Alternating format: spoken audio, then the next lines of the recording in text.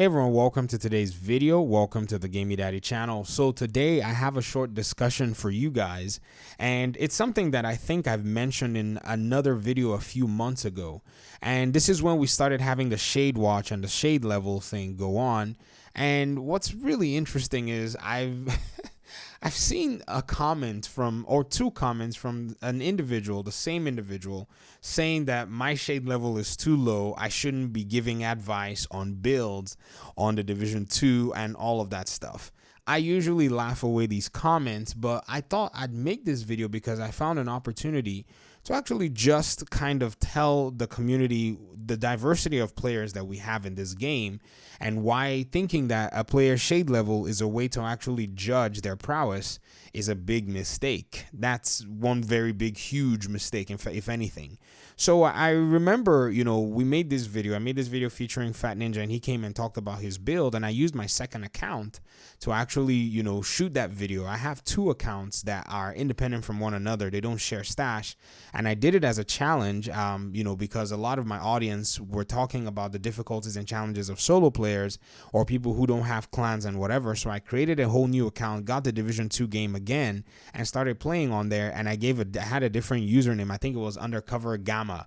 And I used to join all kinds of groups, and I'll run missions with people. People didn't know it was me because people recognize my gamer tag when I go into these missions. So I farmed that account, and I just basically just run around with it. It was a lot of fun. It provided a challenge for me to be able to kind of put myself in a situation that other people do put themselves in, and kind of get out of that YouTuber, space that I can be in, because, I have a bunch of friends that are happy to, basically carry me along and all that good stuff. And so this is really interesting because I remember that, in those, times, there were people who basically made fun of me as well about my shade level. And it was funny because, they didn't know that I do know what I'm doing when it comes to Division 2 PvE. I mean, sure, PvP, I hate it. I play Mortal Kombat instead. But that's basically what the game is about. And for those who may think that a shade level, having a big shade level number equates to being a very good player, I think you're mistaking as to what you think the Division 2 actually is. The Division 2 is a very simple game to figure out for many gamers.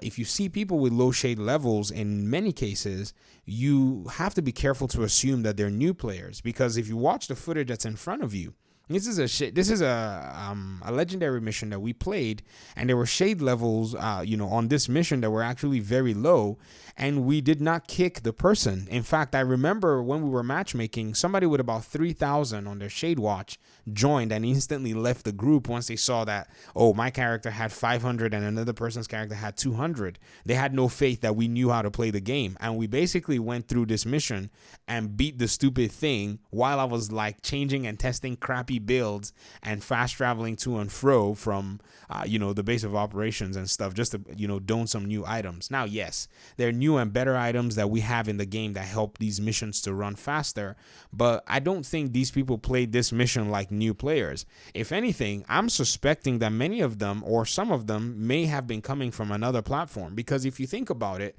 when we on PC are playing, we see people who are new to the game, and in some cases people who are coming from maybe PlayStation or Xbox.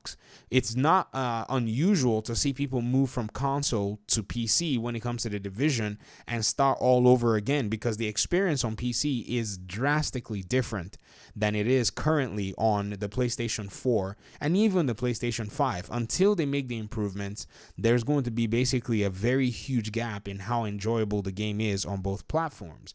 And so this is the player base that we have. This is the diversity of players that come to the game.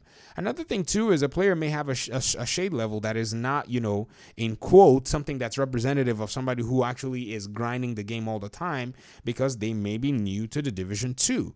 But that doesn't mean that them being new means that they're ignorant. Some of them have played more complex and complicated games than the Division 2, that the Division 2 may not be challenging for them to actually understand and get a grasp of.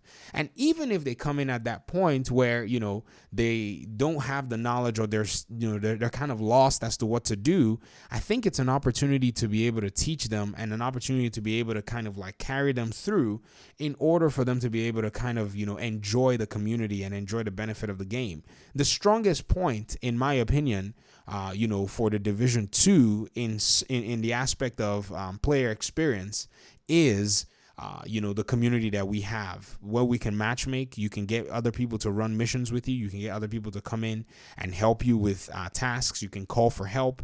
This community aspect of the game is a very, very critical aspect that I think many games don't have, and many games are trying to adopt because they see that it actually does work. It's a very expensive infrastructure to do and do very well, but I think the Division 2 has basically gotten it down, at least to a better extent, that to support the game that they're actually maintaining and making. In fact, Destiny 1 didn't have a matchmaking system. It wasn't until Destiny 2 that they put the matchmaking system, which was a big shock to me because Destiny 1 was actually very popular. In fact, more popular than the Division 2. So finding out that Destiny, adopted the system later on was very interesting to me. So I really am happy that new people are joining the game. Lower shade levels means that there are people coming into the game because, we usually have this weird argument or this weird, I would say thought process where we think, oh, no one's actually playing the Division 2. Oh, no, the game is actually in a very poor, dead state. But apparently it's not necessarily the case. Apparently what we're seeing right now is that because the game has gone on sale, we're most likely going to be adding more and more division agents. And this is a good thing, because we get more division agents now. Hopefully if there is a Division 3, we're going to be seeing them show up in the game. But I hope I've been able to just basically shed some light on, just some of these issues. I know it's probably, something that I've mentioned before, but I just wanted to remove a lot of the misconceptions that could arise and just, inform players to be aware if they see players like this, to just understand that many of them may be new to the game or many of them may even be veterans. So that's basically my video. I want to hear your thoughts in the comment section. Do you think I should grind my shade level up to shade level 3000 in order for me to be able to make a video talk about a Division 2 like the troll said in a comment? Or do you think, they're just being a troll? And I think they're being a troll, but, it's something that's really funny on my part anyways. I just see troll comments many times and they make me laugh. But I'll talk to you all in another video. Thank you so much for your time and audience, and hopefully we'll see in another video. Peace out.